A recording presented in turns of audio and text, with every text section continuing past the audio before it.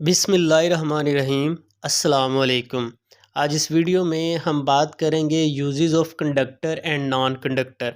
अब ये पेपर में बहुत दफ़ा एज आ शॉर्ट क्वेश्चन आ चुका है। इसको हम एनिमेशन की मदद से और इसकी डेफिनेशन की मदद से एग्जांपल की मदद से देखेंगे। पहले हम कंडक्टर देखेंगे, उसकी एग्जांपल देखेंगे, फिर हम नॉन कंडक्टर पे बात करेंगे। चलिए फर्स्ट ऑफ ऑल देखते हैं व्हाट इज़ कंडक्टर। कंडक्टर क्या होते हैं? The substance through which heat conduct easily are called good conductor। ऐसी चीज़ें जिसमें से हीट गुजर जाए हम उसको कंडक्टर बोलते हैं। जैसे यहाँ पे हमने एक रॉड लिया और यहाँ से उसको हीट मिल रही है, तो हीट हम देख रहे हैं एक हॉट पॉट से कोल्ड पॉट की तरफ जा रही है।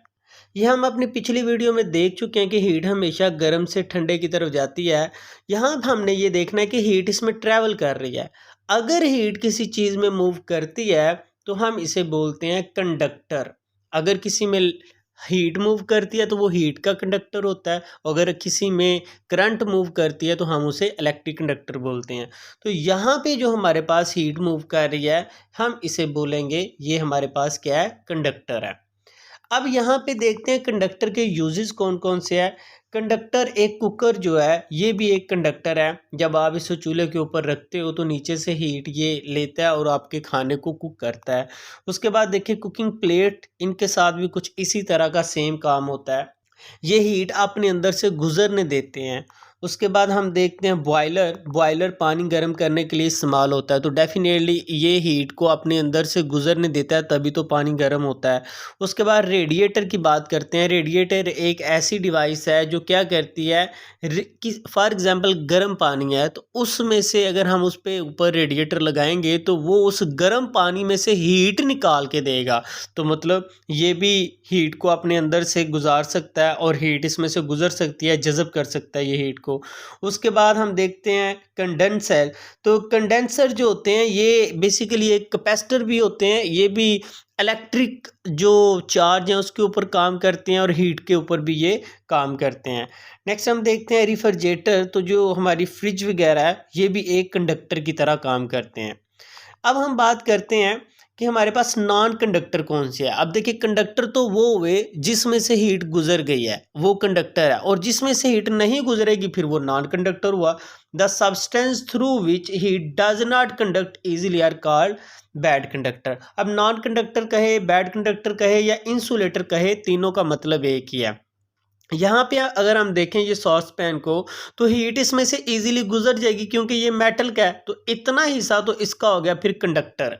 लेकिन ये जो ऊपर इसका हैंडल है इसके ऊपर एक अलग किस्म का मटेरियल लगा होता है, कुछ के ऊपर लकड़ी भी लगी होती है।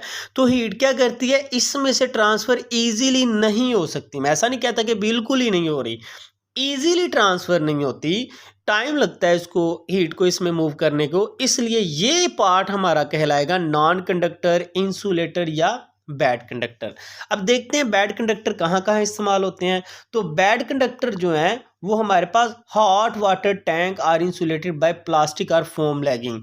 यहाँ अगर हम देखें कि ये गर्म पानी का टैंक है तो इसको ये फोम की ये जो एक तय इससे हमने कवर कर दिया जाए तो ये हमारे पास किसके तरह काम करेगा, बैड कंडक्टर की तरह। क्योंकि फोम क्या करेगा, ये बाहर की हीट को अंदर और अंदर की हीट को बाहर नहीं जाने देगा, क्योंकि ये एक बैड कंडक्टर है। आगे wall cavities are fill with plastic foam और वूल। तो ये जो हमारे पास दीवार है इसके जो सुराख होते हैं या इसके अंदर अगर हम ये फोम और प्लास्टिक वगैरह हम लगा दें तो ये भी बैड कंडक्टर या नॉन कंडक्टर की तरह काम करेंगे, क्योंकि क्या होगा कि ये हीट को अंदर बाहर आने ही नहीं देंगे। उसके बाद हम देखें ceiling of room is covered by insulating material. तो ये कुछ अगर हम छतों को सीलिंग करते हैं इस तरह का मटेरियल इसके ऊपर लगा दिया जाए तो ये मटेरियल भी एक बैड कंडक्टर की तरह काम करेगा, क्योंकि बाहर की हीट अंदर और अंदर की हीट को ये बाहर नहीं जाने देता। नेक्स्ट अगर देखें double glass window pane are use, these window pans have air between glass sheet that provide good insulation।